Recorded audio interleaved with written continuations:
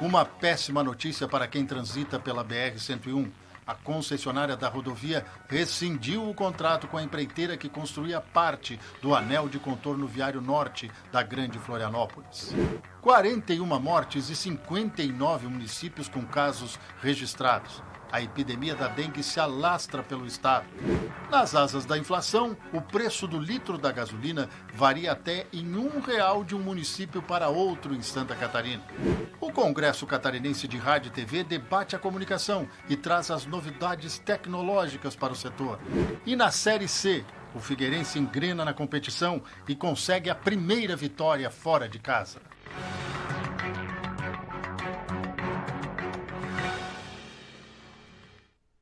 Olá, uma boa noite e excelente semana para você. Seja bem-vindo ao Band Cidade. A edição desta segunda começa com o 18º Congresso Catarinense de Rádio e Televisão. O evento, realizado pela Associação Catarinense de Emissoras de Rádio e TV, começou neste domingo e segue até terça-feira em Florianópolis. Confira na reportagem de Rita Delapiev. Na abertura do Congresso, o vice-presidente da República, general Hamilton Mourão, falou sobre o momento econômico e político mundial que afeta o Brasil em um ano eleitoral. O governador Carlos Moisés da Silva e o prefeito da capital, Topázio Silveira Neto, participaram da palestra. Na manhã desta segunda-feira, os governadores Carlos Moisés da Silva, de Santa Catarina, Ratinho Júnior, do Paraná, e Ranolfo Vieira Júnior, governador do Rio Grande do Sul, palestraram no evento. O tema foi sobre os desafios da gestão pública e o futuro das administrações estaduais. O congresso, que é considerado o maior no setor de radiodifusão catarinense e que acontecia todos os anos, teve uma pausa por conta da pandemia nos últimos 2 anos. Além das palestras, 12 expositores estão mostrando as novas tecnologias e soluções para a área de rádio e TV. Jorge é um dos expositores e está entusiasmado com a volta presencial do evento. Esse evento é muito importante para a gente, para todos os profissionais que trabalham com radiodifusão. A nossa empresa, a gente trabalha com soluções para gestão e automação de rádios, então aqui a gente encontra parceiros, clientes, amigos, e a gente pode, vamos dizer assim, trocar ideias, pode expor novas tecnologias que estamos lançando, encontrar também soluções para demandas do setor. Então é um evento fantástico, porque praticamente toda a radiodifusão catarinense está aqui e pessoas também do sul do Brasil e do Brasil inteiro. Pois é, e hoje à noite é hora de reconhecer o talento da radiodifusão catarinense. É a noite da entrega do prêmio Microfone de Ouro 2022. Então vamos para o Centro-Sul, no centro da capital, com a repórter Graziane Ubiali. Graziane, boa noite. Boa noite, Roberta Azevedo. Boa noite a todos que nos acompanham no Band Cidade. Olha só que noite memorável, né? Para marcar realmente a comunicação aqui de Santa Catarina. Essa é a 11ª edição do Prêmio Microfone de Ouro, que vem então relembrar e homenagear esses profissionais da rádio, da TV, da comunicação aqui do estado, das agências de propaganda e até mesmo acadêmicos da comunicação de Santa Catarina para marcar todo esse trabalho que vem sendo desenvolvido. A gente está aqui no auditório que está sendo preparado nesse momento para justamente receber esses profissionais finalistas que daqui a pouquinho vão encher essas cadeiras que nesse momento estão vazias, justamente para celebrar esse momento, né? O slogan do prêmio nesse ano é o talento de quem pensa grande, que faz ligação com o movimento Pense Grande, Pense Rádio, Pense TV, promovido pela Acaerte já há alguns anos e que vem sendo difundido aí por todo o estado. E olha só, essa noite então é uma noite muito importante, uma noite de homenagem, que vai ter coquetel, vai ter banda também para celebrar tudo isso. Os nossos jornalistas de todo o estado vão estar aqui reunidos e a gente tem um motivo muito grande para estarmos aqui, Roberto Azevedo, porque temos pessoas da nossa equipe sendo finalistas desse prêmio. Inclusive, o apresentador do Band Cidade, Rodrigo Cardoso, que concorre na categoria Melhor Apresentador, a Karen Fabiani do SC Acontece, que concorre também na categoria Melhor Apresentadora de Programa, você, Roberto Azevedo, que concorre na categoria de Melhor Comentarista, e eu também estou aqui torcendo porque eu concorro na categoria Melhor Série de Televisão, Melhor Série Jornalística de Televisão. Então a gente está aqui eufóricos, torcendo também para que amanhã no SC Acontece a gente traga boas notícias e os detalhes de toda essa noite de premiação que acontece daqui a pouquinho. Por volta das 7h30 começa a cerimônia, viu? Eu te espero aqui também. Boa sorte, a gente se vê daqui a pouco. Boa sorte para todos nós. Agora o assunto é o contorno viário da capital e a notícia não é nada boa. A concessionária da rodovia BR-101, responsável pelos trabalhos, anunciou que rescindiu o contrato com a empreiteira Camargo Correia, que realizava a obra. As empresas Arteres, Litoral Sul e Camargo Correia anunciaram a rescisão nesta segunda-feira. Em nota, a concessionária explicou que durante o processo de rescisão, as obras permaneceram em ritmo normal, sem paralisações ou prejuízos ao andamento dos trabalhos. Segundo a Arteres, a Camargo Correia estava responsável pelas obras em Palhoça, que contemplam os túneis 2 e 3, trevos de interseção com as BRs 282 e 101 e construção de parte do tronco da futura rodovia, em um total de 11,4 quilômetros. A desmobilização total da Camargo Correia deve ocorrer em 30 dias, para facilitar a transição para uma nova empresa. A concessionária informou também que trabalha para concluir o contorno viário de Florianópolis até o prazo estipulado, dezembro de 2023. É uma novela ruim que não acaba nunca. E com esta rescisão, provavelmente não teremos como cumprir o prazo lá em dezembro do ano que vem. É uma obra necessária e que constava na concessão. Deveria ter ficado um ano depois de entregue a concessão pronta. Já são 11 anos de espera. É muita brincadeira com o bolso alheio. E quem paga a conta somos nós e aquelas vítimas do trânsito na BR-101. Depois do Band Cidade, nós temos o Jornal da Band. Com as notícias nacionais e internacionais, vamos ver o que a apresentadora Paloma Totti nos traz de informações. Olá, Paloma. Olá, daqui a pouquinho tem Jornal da Band. Vamos falar da desistência de João Dória da disputa pela presidência. Isolado pelo PSDB, ele disse que não era a escolha da cúpula do partido. Preço do diesel volta a subir nos postos e atinge o maior valor da história, quase R$ 7,00. Renovação com o PSG torna Mbappé o jogador mais bem pago do mundo. O craque era cobiçado pelo Real Madrid. Isso e muito mais daqui a pouco, 7h20 da noite. A gente te espera. Vai doer no seu bolso. O preço da gasolina pode ter diferença de até R$1 a depender da cidade. E isso só dentro de Santa Catarina. E quem não vai conseguir passar nos postos que tem preço mais baixo no estado, tem uma boa notícia. Tem promoção esta semana. Quando o motorista se depara com filas daquelas anda, para, no bolso já berra. Porque sabe que o consumo médio do combustível vai aumentar. E é lá, na bomba de gasolina do posto, que vem o desespero. A gente tem que rodar com o carro, né? E não tem como fugir do preço. Então, infelizmente, a gente tem que aceitar a gasolina nesse valor, né? Nesse preço que tá. E se não tem jeito, é preciso se adaptar. Eu faço home office, então tive que me adaptar, né? Não ir todo dia para a empresa. Então, 13 dias na semana eu fico em casa e 2 dias eu vou para a empresa e tá dando tudo certo. Florianópolis tem um dos combustíveis mais caros do estado, com preços que chegam a R$ 7,69, assim como Balneário Camboriú, Caçador e Lages. E aí, nem a pesquisa ajuda nessas horas. Vai sair pesquisar, às vezes acaba saindo mais caro, você acaba gastando mais.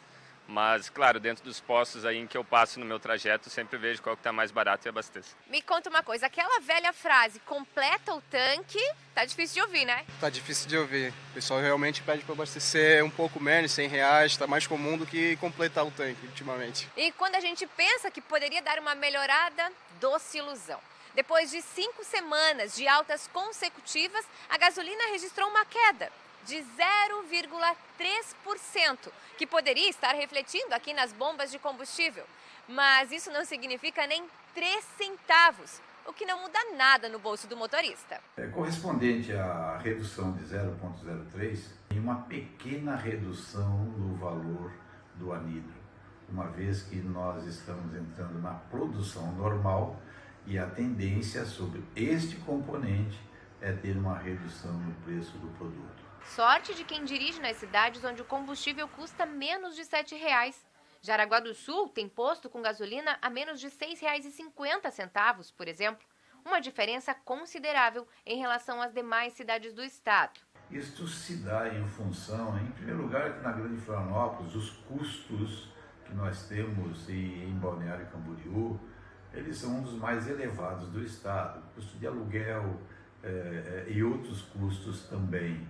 Isso dá uma variação sensível de posto para posto. E para quem precisa economizar, prepare as economias e o horário na agenda do dia 26, próxima quinta-feira.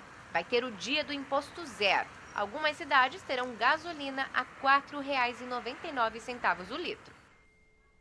Santa Catarina registra 41 mortes por dengue. Ao todo, 59 municípios estão em epidemia da doença, segundo a Vigilância Epidemiológica Estadual.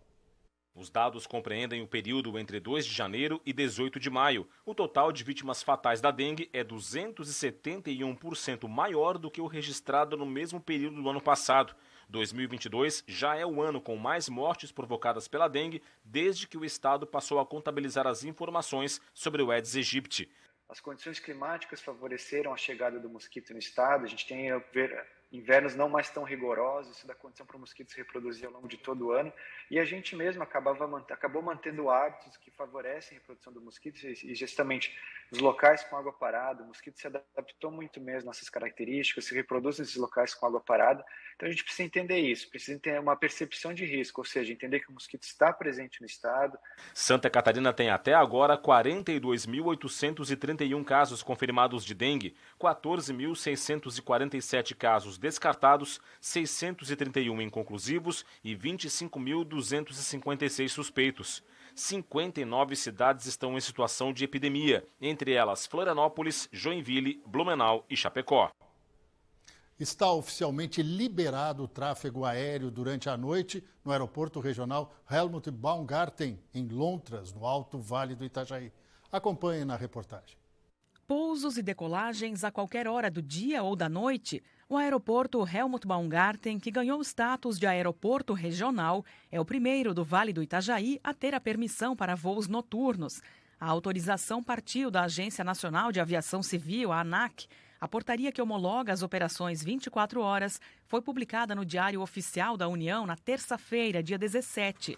E na sexta iniciaram então as atividades noturnas, com as primeiras aeronaves partindo e chegando ao aeroporto. A conquista é considerada um marco histórico para a região do Alto Vale. O investimento em adequações no aeroporto para viabilizar as operações noturnas foi de cerca de R$1,5 milhão de reais. Um moderno sistema de iluminação foi instalado tanto na pista quanto nos arredores. O balizamento noturno pode ser acionado pelos próprios pilotos de dentro das aeronaves. Para quem costuma usar o aeroporto a trabalho, a permissão para voos noturnos é um grande avanço. Não tenho dúvida alguma. Vai trazer muito desenvolvimento para o Alto Vale, vai trazer crescimento, vai trazer confiança para quem quer investir na região. A autorização para uso do aeroporto, por enquanto, é para aeronaves de pequeno e médio porte. Além dessa novidade, que é a liberação dos voos noturnos, também está em análise a compra de uma área, aqui do lado leste do aeroporto, para ampliar a pista em cerca de 150 metros. Hoje ela tem 1.100. Isso iria permitir o tráfego de aeronaves maiores aqui. Também estão sendo planejadas outras melhorias em infraestrutura no aeroporto. Temos todo o projeto já de drenagem de uma parte da pista e o cercamento todo novo da região do aeroporto, também cerca de R$1,5 milhão de reais, e temos o projeto praticamente pronto, feito pela nossa Unidave, do novo terminal de embarque, aqui um investimento que gira em torno de R$6 milhões de reais. Agora é hora de saber como vai ficar o tempo em todo o estado nesta terça-feira. Detalhes na previsão do Band Cidade.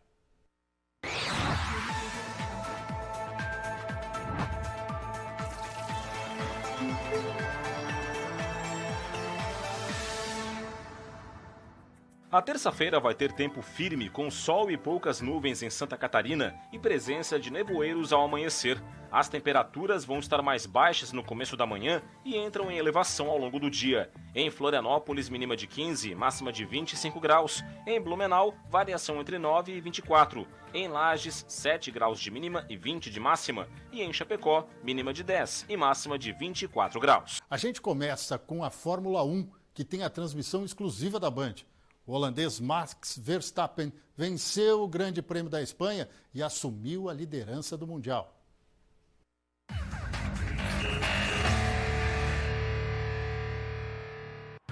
Às vezes, a tradição é quebrada por um bom motivo. Historicamente, Barcelona é conhecida por ser uma corrida monótona de poucas ultrapassagens. Tudo que o domingo não foi. A largada já deu bons indícios. Verstappen saiu bem, atacou Leclerc, que se defendeu melhor ainda. Hamilton e Magnussen se tocaram. Os dois saíram no prejuízo. O heptacampeão mundial precisou trocar pneu, foi parar lá atrás e chegou até a sugerir que ele abandonasse a prova para salvar o motor.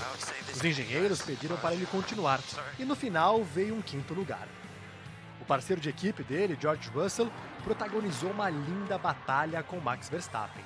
Verstappen e Russell, briga espetacular pela posição 2. Mas a Red Bull está à frente da Mercedes. Russell diz que eles passaram 6 provas tentando resolver um problema e só a partir de agora que vão poder focar em evolução. O GP da Espanha confirmou aquilo que muitos esperavam. A Mercedes conseguiu encontrar um caminho para diminuir os problemas dos kicks. Barcelona trouxe de volta não apenas a esperança para os torcedores, mas também o sorriso dos pilotos. Na entrevista após a corrida, Lewis estava mais leve, feliz. Ele mesmo reconheceu que após a estreia no Bahrein, teve fins de semana muito difíceis e que agora está bastante contente. O humor de Max Verstappen estava ainda melhor. Ele venceu a corrida apesar de uma saída de pista e dos problemas no DRS. A asa móvel não abriu em muitos momentos. Max disse que foi uma vitória dura, mas que traz satisfação por conta dos obstáculos. Logo atrás veio o Pérez. Essa foi a segunda dobradinha da Red Bull na temporada. A festa foi boa dos austríacos. Tristeza ficou para a Ferrari. Leclerc estava liderando quando teve um problema no motor e abandonou a corrida. Carlos Sainz rodou, caiu para 13º. Conseguiu recuperar posições e terminou em 4º. O campeonato vai pegar fogo na próxima etapa em Mônaco com Ferrari, Red Bull e agora com a Mercedes com chances de embolar a turma da frente. Agora o Campeonato Brasileiro. Na Série A, o Avaí foi derrotado em Curitiba pelo Atlético Paranaense. A derrota fez a equipe catarinense cair 3 posições na tabela. A busca por se firmar na Série A é tanto do Atlético Paranaense quanto do Avaí. O Furacão vive um momento de oscilação e com o Filipão no comando o time quer engrenar. Já o Leão da Ilha, que teve um ótimo início de Série A, entrou em campo de olho na primeira vitória como visitante. Douglas foi quem trabalhou primeiro, com essa defesaça no chute de pavo. Na sequência, Terans arriscou e a bola desviou em Arthur Chaves. O VAR chamou e o árbitro marcou o pênalti por bola ter tocado no braço do zagueiro azul. Na cobrança, Terans marcou o primeiro do Atlético. Com mudanças no time, sem Muriqui, Bissoli e Bressan, o Avaí sofreu um pouco para se encontrar no jogo. Já o Furacão tratou de fazer o segundo, aos 43 da etapa inicial. E de novo com o uruguaio Terans. O intervalo fez bem para o Avaí, que com 1 minuto de jogo teve pênalti marcado a favor. Dentinho foi derrubado na área por Hugo Moura. Na cobrança, William Potker tentou a cavadinha e o goleiro Bento defendeu. Mas para a sorte do torcedor azurra, na sobra, Kelvin tentou afastar e cometeu outra penalidade em Potker. Na cobrança, o camisa 90 bateu e desta vez converteu, descontando para o Avaí. O Leão até cresceu um pouco após o gol, mas a falta de pontaria não deixava com que o time marcasse. E o placar final ficou Atlético Paranaense 2, Avaí 1.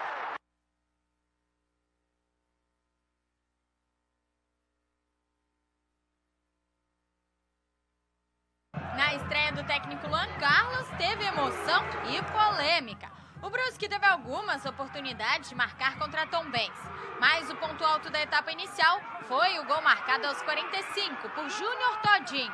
Mas o VAR analisou o lance e após cerca de 9 minutos, o árbitro Felipe da Silva Gonçalves anulou o gol. Mas a noite era do Brusque e se na primeira etapa a arbitragem anulou, no segundo tempo não teve jeito. Álvaro recebeu o passe de Alexandro e garantiu a vitória do Brusque por 1-0 sobre a Tombense.